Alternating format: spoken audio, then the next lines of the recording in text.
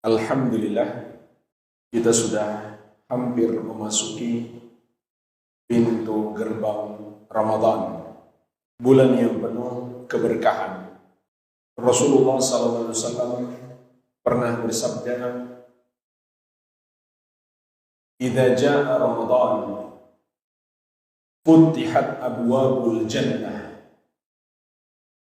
wa ghulqat abwabu jahannam, wa sulsilatis syayatin." Apabila masuk bulan Ramadan, maka pintu-pintu surga dibuka dan pintu-pintu neraka Jahannam ditutup dan setan-setan dibelenggu. Artinya jemaah sekalian, rahmat dan ampunan Allah Subhanahu wa taala di bulan Ramadan itu lebih luas. Dan Allah menolong kita agar semakin bertakwa kepadanya dengan mengikat setan-setan.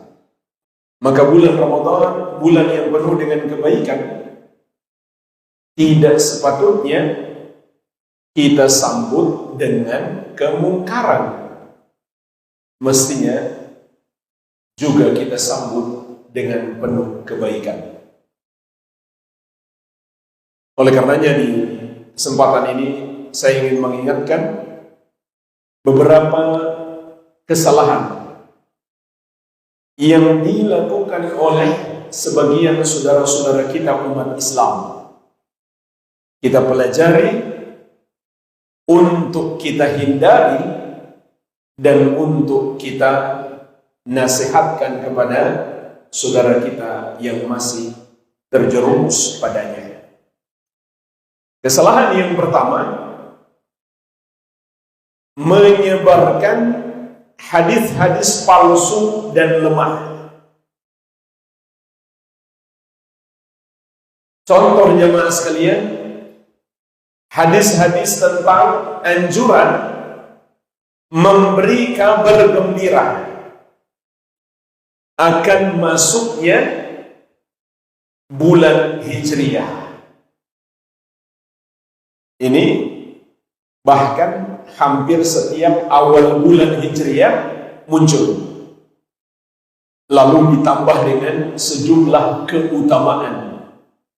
Barang siapa yang mengabarkan masuknya awal bulan ini, maka dia akan mendapatkan ini dan itu.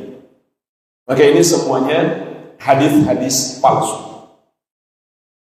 Bahkan tidak jarang disertai dengan ancaman. Kalau Anda tidak menyebarkan pesan ini minimal kepada 20 orang, maka hidup Anda akan sengsara. Tapi kalau disebarkan, hidup Anda akan bahagia. Dan ini termasuk bentuk peramalan terhadap nasib orang. Berbicara tentang masa depan tanpa ilmu. Dan meramal-ramal tentang masa depan adalah kategori perdukunan. Sebab masa depan itu perkara gaib, yang maha tahu perkara gaib hanya Allah Subhanahu wa ta'ala. Di surat An-Naml ayat ke-65, Allah Subhanahu wa ta'ala menegaskan, "Qul la ya'lamu man fis samawati wal ardil ghaiba illallah." Katakanlah, tidak ada yang mengetahui perkara gaib, satu pun makhluk di langit maupun di bumi, kecuali Allah Subhanahu wa ta'ala. Tapi dalam pesan berantai itu seakan-akan perkara gaib tentang masa depan itu sudah pasti terjadi. Dan juga jemaah sekalian, Rasulullah SAW memberi ancaman keras kepada orang yang menyebarkan hadis-hadis palsu dan lemah. Di antaranya diriwayatkan Al-Bukhari dan Muslim dari Abu Hurairah radhiyallahu anhu, Rasulullah sallallahu alaihi wasallam bersabda, "Man kadzaba alayya muta'ammidan falyatabawwa maq'adahu minan nar." Barang siapa yang berdusta atas namaku dengan sengaja, maka siapkan tempat duduknya di neraka. Meskipun seseorang berniat baik untuk memotivasi orang ibadah, maka tidak boleh dia menggunakan hadis-hadis palsu dan lemah. Dalam hadis yang diriwayatkan Imam Muslim dari sahabat yang mulia Al-Mughirah bin Syu'bah radhiyallahu anhu, Rasulullah sallallahu alaihi wasallam bersabda, "Man haddatsa anni bi haditsin yura annahu kadhibun fahuwa ahadul kadhibin." Barang siapa yang menyampaikan dariku suatu hadis yang dia masih ragukan bahwa itu adalah dusta, namun tetap saja dia sampaikan, maka dia adalah salah satu pendusta. Jadi harus kita yakin terlebih dahulu hadis ini sahih, baru boleh kita sebarkan.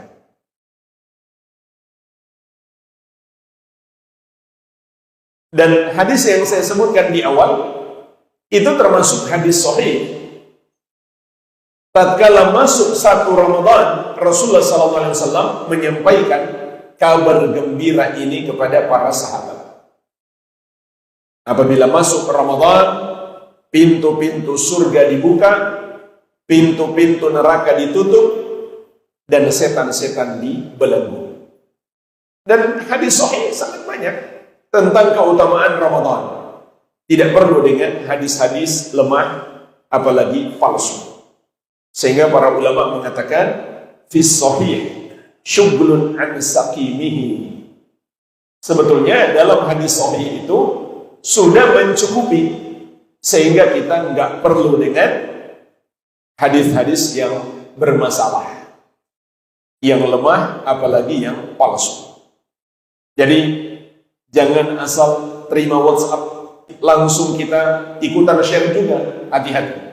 Harus kita pastikan dulu hadisnya sahih. Ini kesalahan yang pertama. Kesalahan yang kedua yang dilakukan oleh sebagian orang di akhir Sya'ban atau menjelang Ramadan adalah mengkhususkan waktu untuk berziarah kubur. Ziarah kubur itu sunnah, tetapi tidak ada dalam Islam pengkhususan waktu tertentu yang lebih dianjurkan untuk berziarah kubur dibanding hari-hari yang lain. Kalau kita mengkhususkan waktu yang tidak dikhususkan oleh syariat, maka itu termasuk menambah-nambah di dalam agama dan dilarang oleh Rasulullah sallallahu alaihi wasallam. Jadi, ziarah kubur itu sunnah. Nabi sallallahu alaihi wasallam pernah bersabda, "Kuntu nahaitukum an ziyaratil kubur, fazuruha, fa innaha tudzakkirukumul akhirah." Dulu aku pernah melarang kalian untuk berziarah kubur. Namun sekarang berziarahlah, karena dengan berziarah kubur akan mengingatkan kalian kepada akhirat, agar kita ingat mati. Ini diantara tujuan utama kita berziarah kubur. Jadi ini sunnah. Namun ini berlaku kapanpun. Tidak ada hari tertentu, tidak pula ada jam tertentu. Kapan saja, mau siang, mau malam, mau tengah malam, tidak apa-apa. Silahkan berziarah kubur. Dan gak usah takut kalau ziarah kubur malam-malam. Apa yang mau ditakuti? Rasulullah SAW pernah berziarah kubur malam hari seorang diri. Nggak ada yang perlu ditakuti. Tidak akan ada tangan keluar kemudian tangkap kaki kita.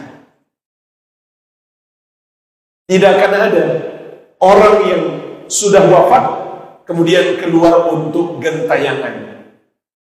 Pertanyaannya, bagaimana kalau terlihat orang yang sudah wafat itu masih berkeliaran? Apakah dekat kuburannya atau dekat tempat wafatnya? Maka ketahuilah itu hanyalah permainan setan untuk merusak akidah kita. Karena kalau kita percaya ada arwah gentayangan, maka akidah kita rusak. Sebab bertentangan dengan Al-Quran dan hadis. Al-Quran mengatakan, wa min waraihim barzakhun ila yaumi yub'atsun. Di hadapan mereka, yaitu orang-orang yang sudah wafat, di dalam kubur mereka ada barzakh, ada dinding pembatas.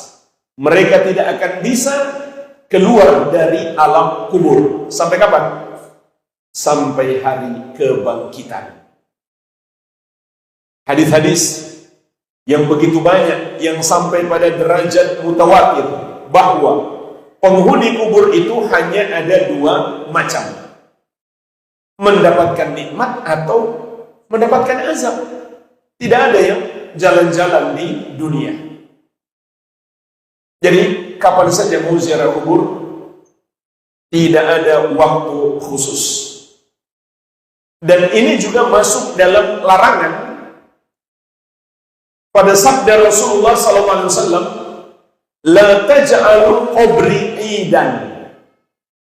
Jangan kamu jadikan kuburanku sebagai tempat id. Apa maksudnya jemaah sekalian? Menjadikan kuburan sebagai tempat id, yaitu ziarah kuburnya ada jadwal. Di hari tertentu ataupun di bulan tertentu, lalu dilakukan secara rutin. Seperti hari Id, hari raya, sudah ada jadwalnya. Idul Fitri setiap 1 Syawal, Idul Adha setiap 10 Dzulhijjah. Kalau kita berziarah kubur dengan menentukan waktu khusus, lalu kita rutinkan di waktu itu, maka Rasulullah SAW melarang. Jangankan kuburan orang biasa, kuburan beliau saja, beliau larang kita melakukan itu. La taj'alu qabri aidan. Jangan kamu jadikan kuburanku sebagai tempat id. Kalau istilah sebagian orang di negeri kita, tempat haul. Haul itu artinya kebiasaan tahunan. Makanya zakat harta itu, zakat uang, di antara syaratnya adalah haul, artinya sudah sampai 1 tahun. Sama dengan setiap menjelang Ramadan kita ziarah kubur, itu berarti kita menjadikan kuburan sebagai tempat id. Begitu pula tanggal 1 Syawal. Ini kebiasaan orang lain.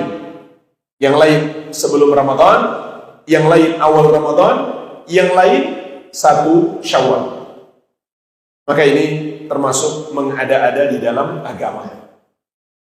Silakan berziarah kubur kapan saja, tapi jangan menentukan waktu khusus. Sekali lagi jemaah sekalian, ziarah kubur itu sunnah, tapi harus dilakukan dengan cara yang sunnah. Jangan menambah-nambah cara baru yang Nabi SAW tidak ajarkan. Dan perlu kita ingatkan juga, yang paling berbahaya yang terjadi di kuburan adalah perbuatan dosa syirik, yaitu orang-orang yang sengaja berziarah ke kuburan yang mereka anggap keramat, Dan itu bukan ajaran Islam. Tidak ada ajaran Islam yang disebut kuburan keramat. Apa yang mereka maksud dengan keramat? Kalau berdoa kepada Allah di situ mustajab. Padahal itu nggak ada dalilnya. Yang ada malah larangan. Rasulullah SAW bersabda, "La'anallahu al-yahuda wal nasara ittakhadhu qubur anbiya'ihim masajidah." Allah melaknat Yahudi dan Nasrani yang menjadikan kuburan para nabi mereka. Dalam hadis yang lain, juga kuburan orang-orang soleh mereka sebagai tempat ibadah. Dan yang paling berbahaya, sebagian orang bukan hanya berdoa kepada Allah, tapi berdoa kepada penghuni kubur tersebut.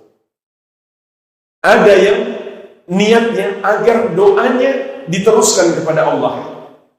Dan ada pula yang sudah sampai tingkatan meyakini penghuni kubur itulah yang mengabulkan doanya. Maka dua-duanya adalah syirik, namun yang kedua lebih parah. Kenapa syirik? Karena Rasulullah SAW bersabda, "Ad-du'a'u huwal ibadah." Doa itu adalah ibadah. Syirik sekaligus bid'ah juga. Kenapa? Karena cara berdoa seperti itu tidak pernah diajarkan oleh Rasulullah sallallahu alaihi wa ala alihi wasallam. Kesalahan yang ketiga, mengkhususkan waktu untuk saling memaafkan. Jemaah sekalian, saling memaafkan itu sangat bagus. Kalau kita punya salah kepada orang, atau orang punya salah kepada kita, segera kita saling memaafkan. Bahkan itu syarat taubat. Itu termasuk syarat bertaubat. Namun, tidak ada dalam syariat penentuan waktu khusus menjelang Ramadan ataupun di hari raya Idul Fitri. Dan yang paling berbahaya, pada akhirnya sebagian orang ketika dia zolim kepada orang lain, dia nggak mau minta maaf. Kenapa? Belum menjelang Ramadan atau belum masuk 1 Syawal. Jadi bayangkan, kalau dia zolim kepada orang tanggal 2 Syawal, 1 Syawal sudah lewat, Lebaran sudah lewat, dia minta maaf nunggu hampir setahun lagi. Siapa yang jamin dia masih bisa hidup sampai setahun ke depan? Padahal itu syarat bertobat. Kalau kita zolim kepada orang, di samping bertobat kepada Allah, kita juga harus minta maaf kepada orang yang kita zolimi atau mengembalikan haknya atau minta penghalalan. Jadi kapanpun kita buat salah sama orang, segera minta maaf. Dan kalau kita nggak buat salah sama orang, nggak perlu kita minta maaf. Tidak disyariatkan. Kecuali ada perkiraan. Mungkin kita pernah berbuat salah kepada dia, ada persangkaan kuat, maka boleh. Tapi kalau tidak ada, lalu kita minta maaf kepadanya dengan keyakinan itu adalah suatu ibadah, maka itu termasuk mengada-ada di dalam agama. Ditambah lagi jemaah sekalian, untuk ini ada hadis palsunya. Maka hati-hati.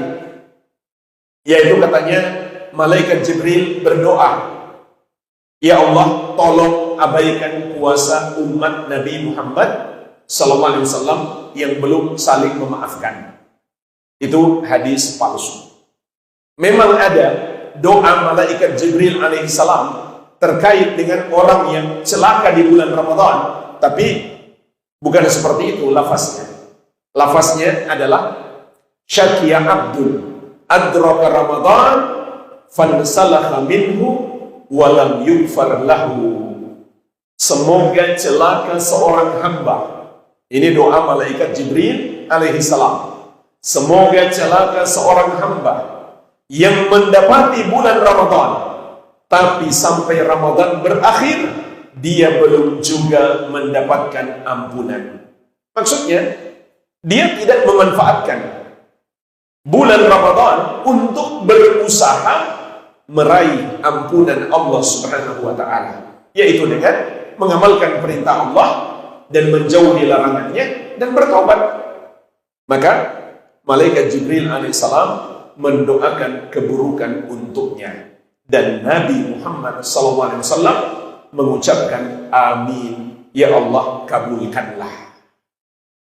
Jadi ini bahaya besar jemaah sekalian kalau sampai kita nggak berusaha meraih ampunan Allah.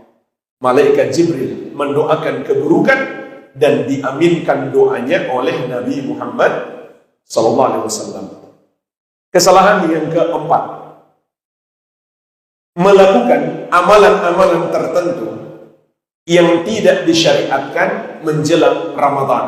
Contoh, di beberapa daerah mereka berkumpul untuk mendoakan keluarga yang sudah wafat.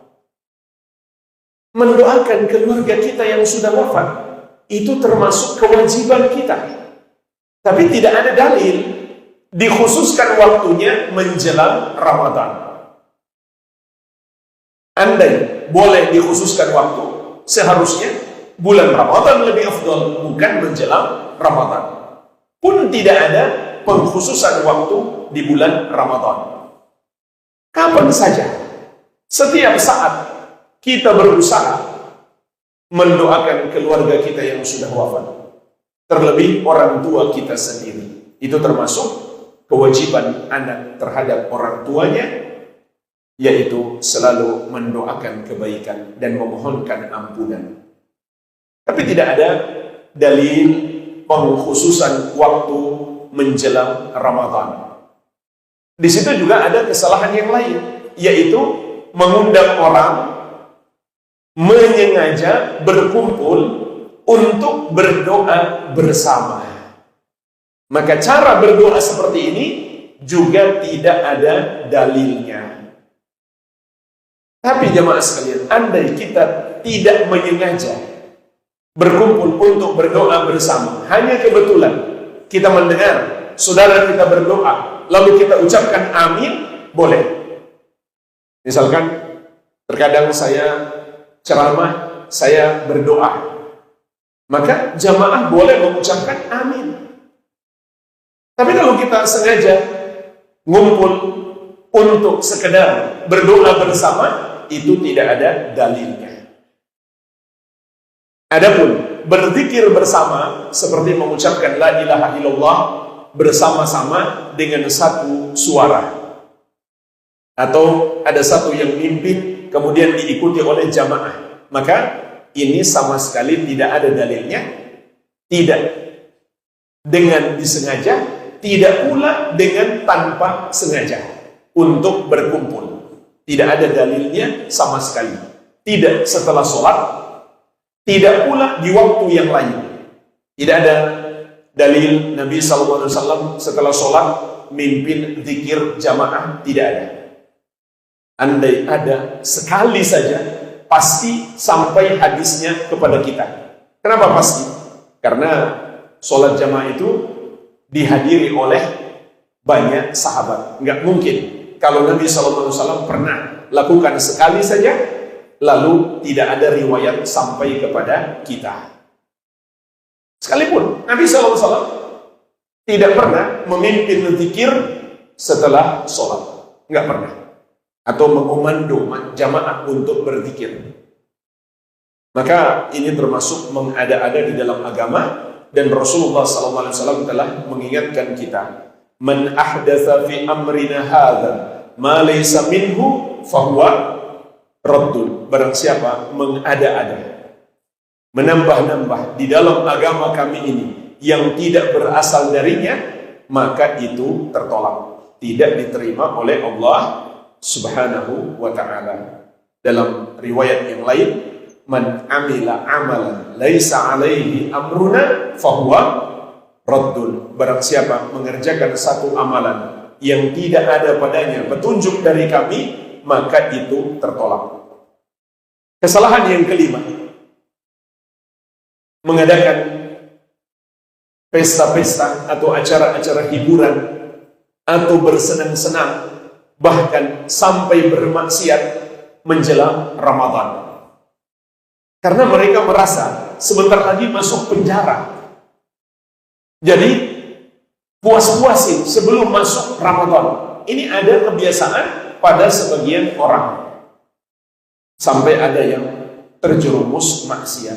Padahal biarpun tinggal beberapa detik Ramadan, tidak ada jaminan kita bisa berjumpa dengannya. Kalau niatnya mau bertobat, tapi tobatnya cuma selama Ramadan, maka itu tobat yang tidak memenuhi syarat. Karena di antara syarat tobat adalah menyesali dosa itu dan bertekad tidak akan mengulanginya di masa yang akan datang.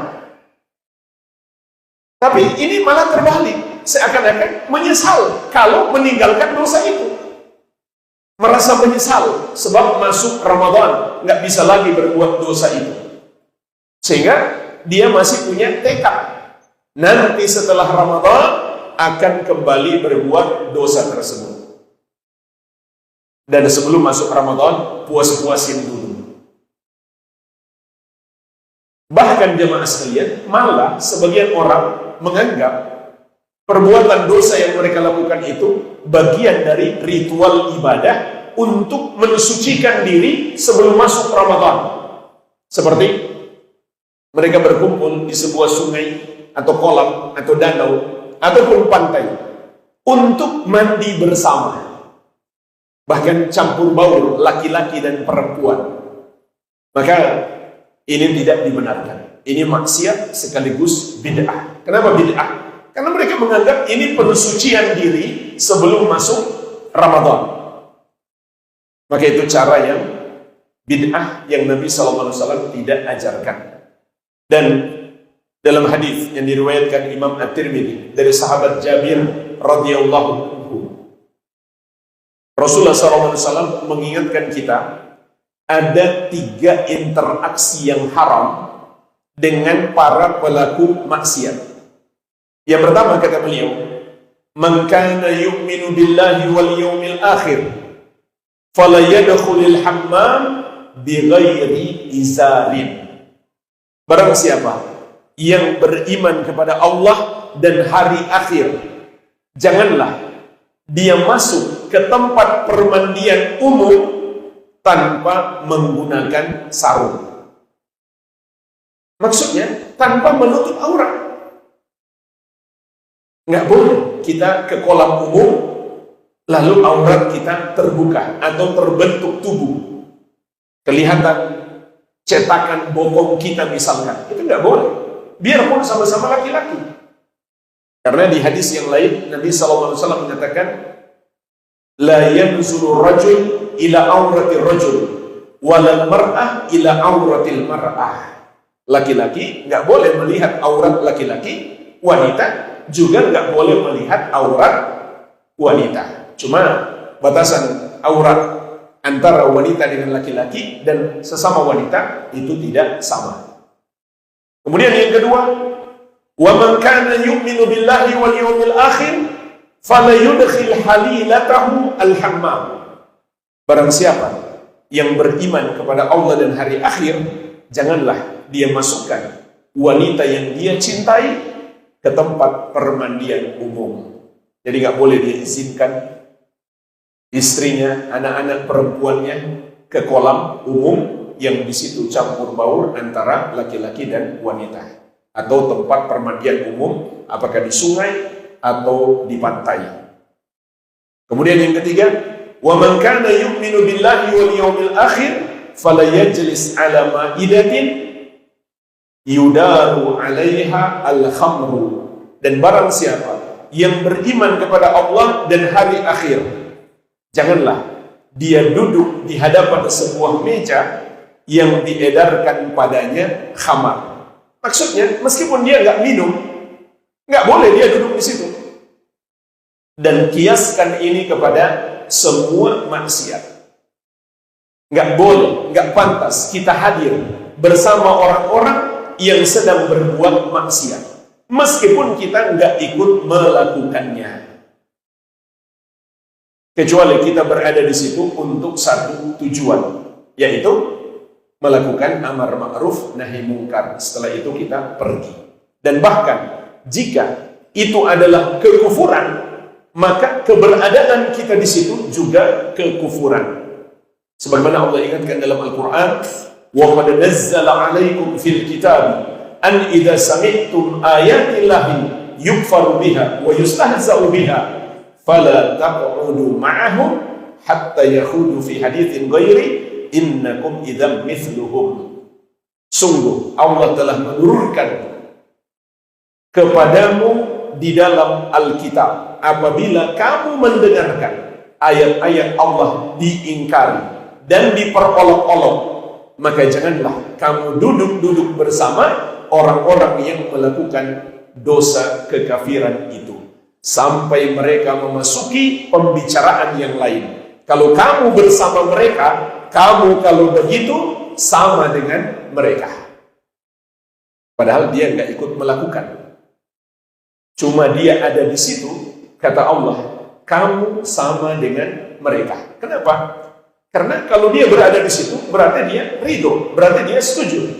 Maka Imam Al-Qurtubi rahimahullah dalam tafsir beliau mengatakan, berdasarkan ayat ini, farridho bil kufri kufrun, meridhoi atau menyetujui kekafiran adalah kekafiran.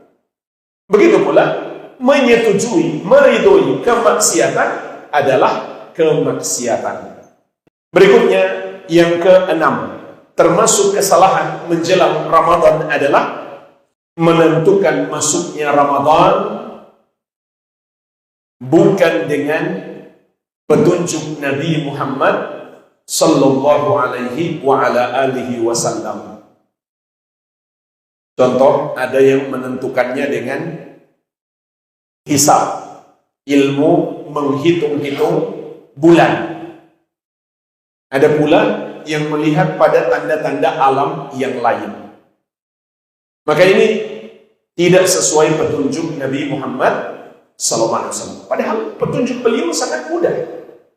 Dalam hadis yang diriwayatkan Al-Bukhari dan Muslim dari Abu Hurairah radhiyallahu anhu, Rasulullah SAW bersabda, "Sumu li ru'yatihi wa aftiru li ru'yatihi, fa in gubbiya 'alaikum fa'akmilu iddata sya'bana 30." Berpuasalah karena kamu sudah melihat hilal, dan berbukalah atau berhari rayalah karena kamu sudah melihat hilal. Namun apabila tertutup atas kalian, dalam riwayat yang lain, fa'in gumma 'alaikum, apabila mendung atau awan menutupi pandangan kalian, maka sempurnakanlah bulan Sya'ban menjadi 30. Ini cara yang sangat mudah. Jadi gimana caranya?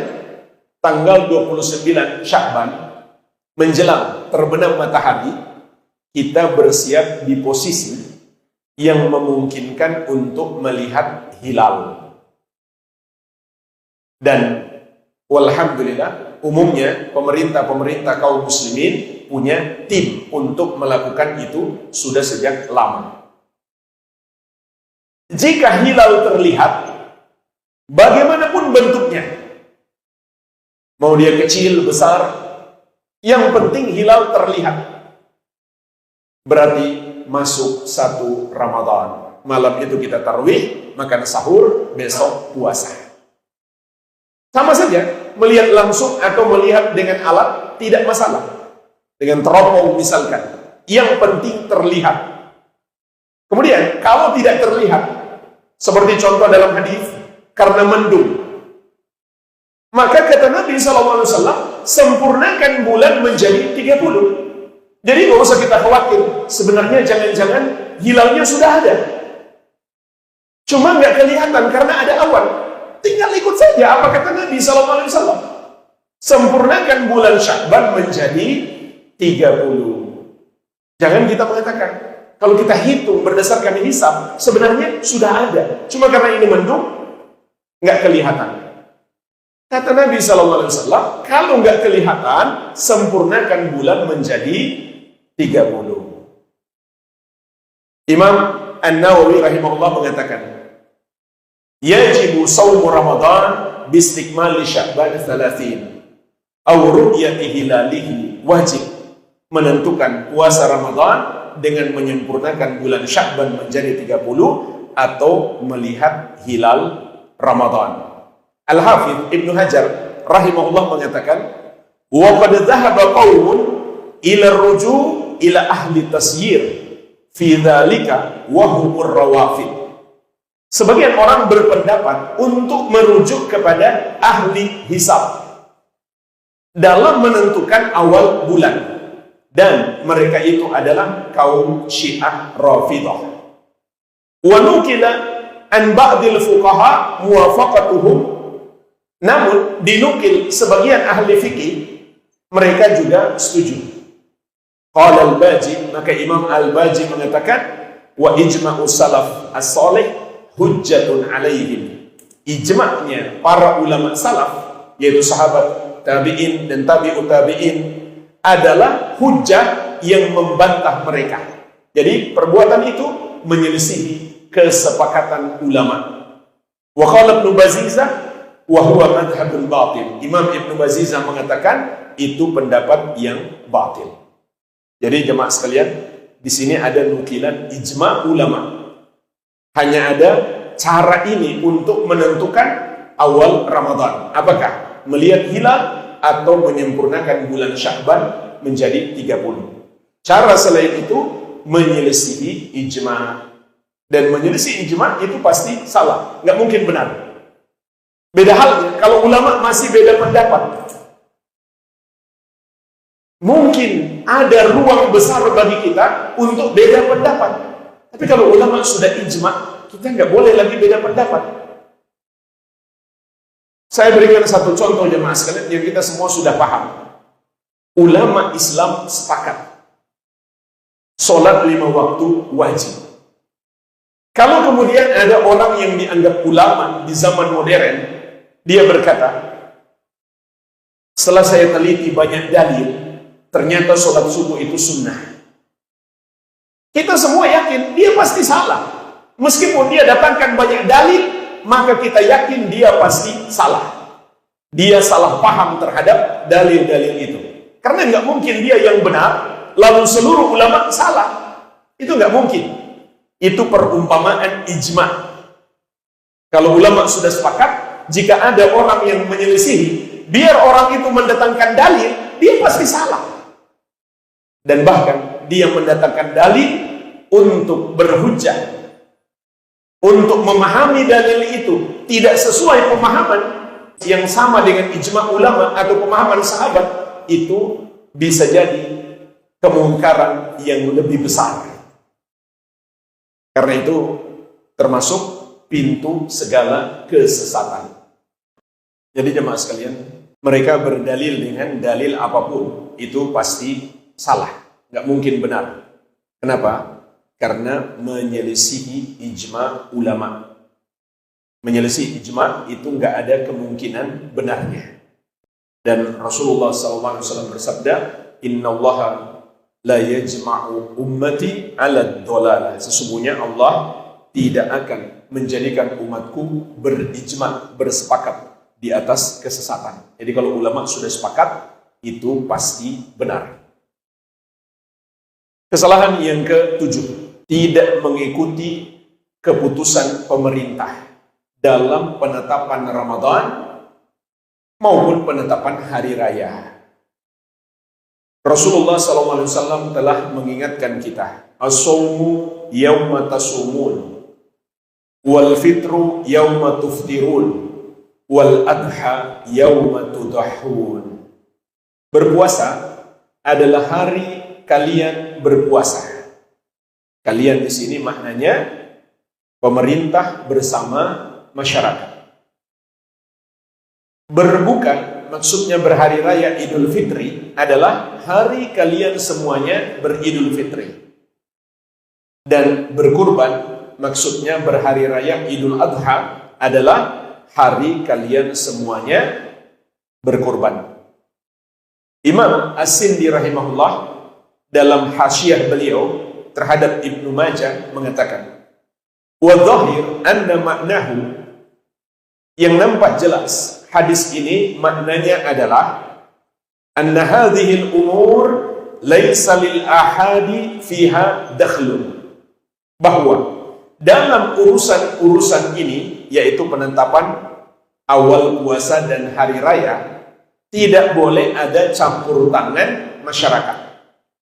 Walaysa lahum at-tafarruq fiha, tidak boleh mereka menentukan sendiri. Sama saja, baik itu individu maupun ormas. Dan bayangkan jemaah sekalian, kalau ada 10 ormas, masing-masing menetapkan sendiri dan hasilnya beda-beda. Dan itu sangat mungkin terjadi 10 perbedaan. Maka nampak jelas di situ umat Islam tidak bersatu.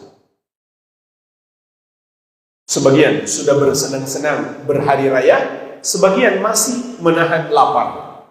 Maka balil amru fiha ilal imam wal jamaah. Urusan ini harus dikembalikan kepada pemimpin dan pemerintah.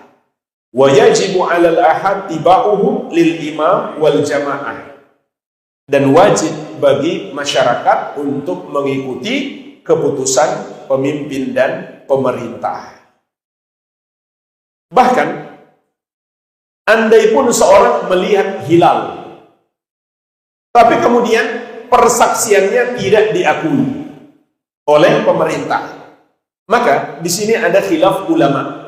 Pendapat yang paling kuat insyaallah dikuatkan juga oleh Syekhul Islam Ahmad bin Abdul Halim Al-Harrani rahimahullahu ta'ala adalah dia tetap belum boleh berpuasa, harus mengikuti keputusan pemerintah. Kenapa? Karena ternyata jemaah sekalian, makna hilal itu bukan sekedar kemunculannya di langit, tapi karena diakui di bumi, ditetapkan masuk awal bulan di bumi. Oleh karenanya Nabi SAW mengatakan, kalau tertutup atas kalian karena mendung sehingga kalian tidak bisa melihat hilal, maka sempurnakan bulan Sya'ban menjadi 30. Artinya tidak peduli meskipun sebenarnya hilal sudah ada, cuma kalian nggak lihat, maka sempurnakan bulan Sya'ban menjadi 30. Jadi munculnya hilal itu bukan sekedar keberadaannya di langit. Sebagaimana kata Syekhul Islam, fa innal hilal ma'khudun minadz-dzuhur wa raf'is shaut.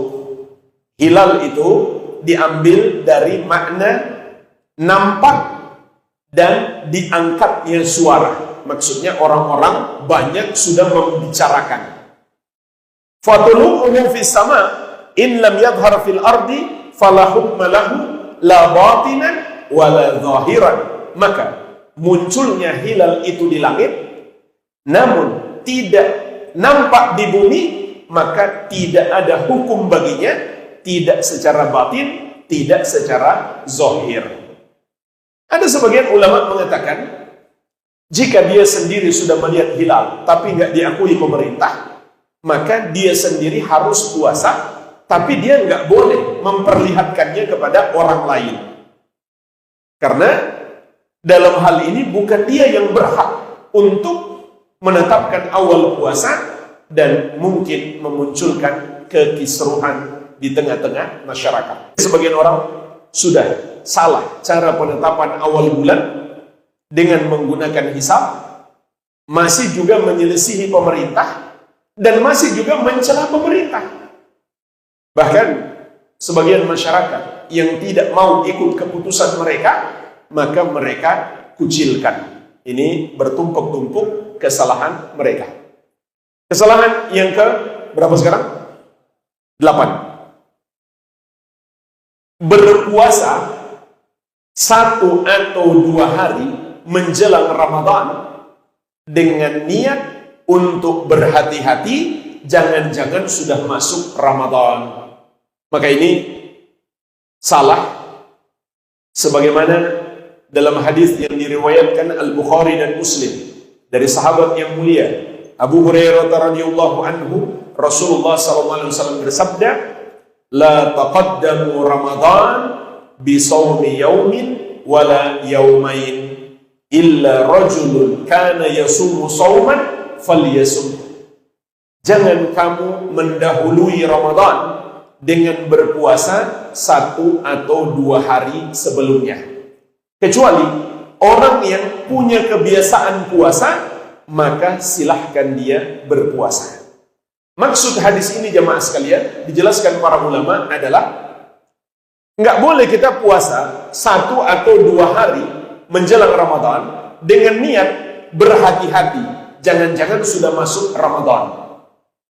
Padahal berhati-hati itu baik dalam beragama. Cuma ternyata berhati-hati harus ada dalilnya. Nggak boleh menyelisihi dalil. Jadi dalam hal ini Nabi SAW memerintahkan kepada kita, pastikan dulu sudah masuk Ramadan, baru kita mulai puasa Ramadan. Namun di sini ada pengecualian. Contoh, orang yang terbiasa puasa Senin Kamis, 1 atau 2 hari menjelang Ramadan bertepatan dengan hari Senin, hari dia biasa puasa, maka tidak mengapa dengan niat puasa sunnah. Begitu pula orang yang ingin mengqadha puasa Ramadan tahun yang lalu, tidak mengapa dia mengqadhanya.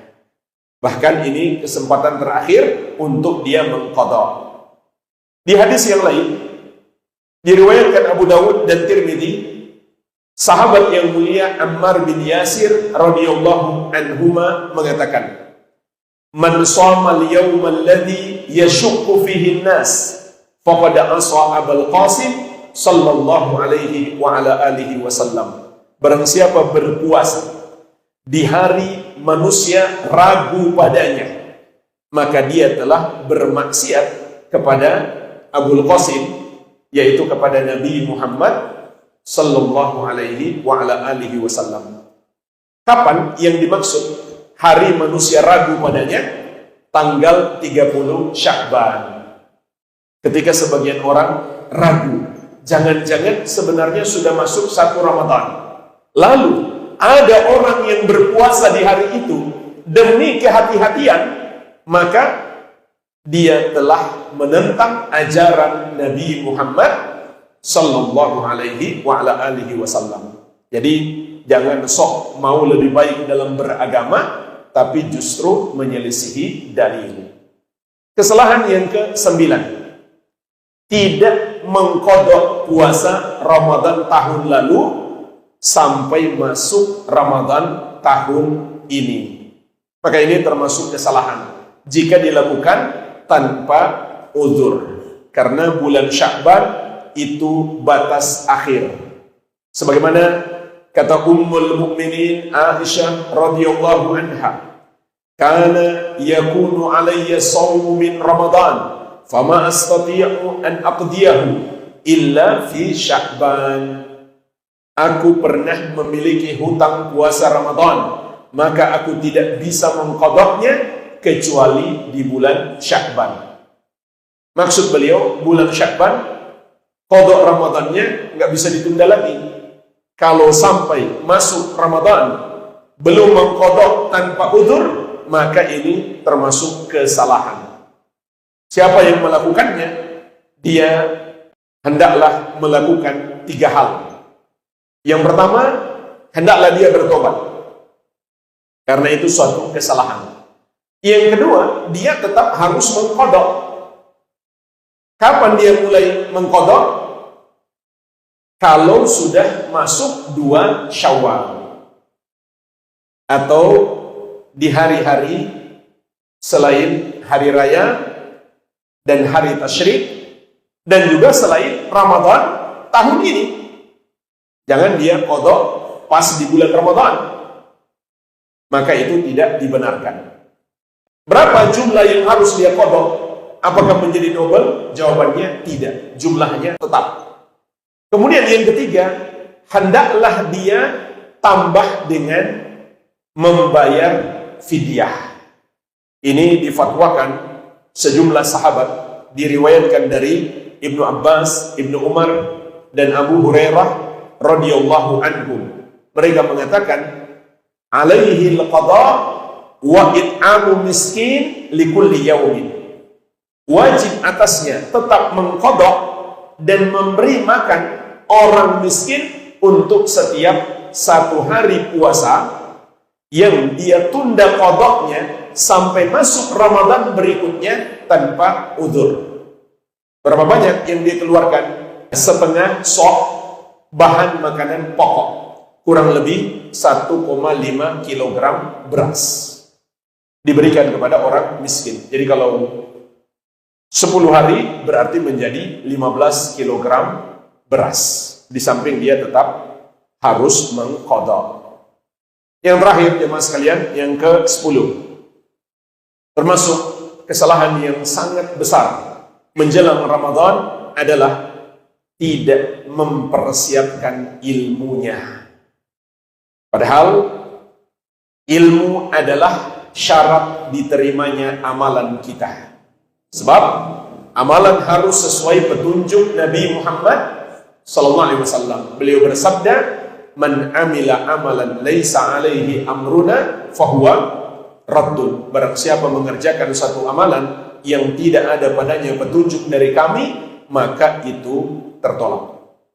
Oleh karenanya di surat Al-Isra ayat ke-36 Allah Subhanahu wa taala mengingatkan kita, "Wala taqfu ma laisa laka bihi ilmun.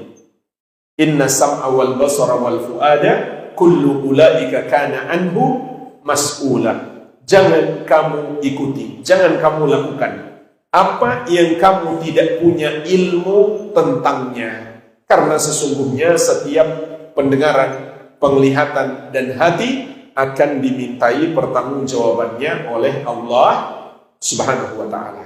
Artinya jemaah sekalian, setiap kelak yang kita amalkan akan Allah tanya. Allah akan minta pertanggungjawaban berdasarkan ilmu atau tidak. Sehingga Imam Al-Bukhari rahimahullah mengatakan, babul al-ilmu qabla al-qawli wal-amal.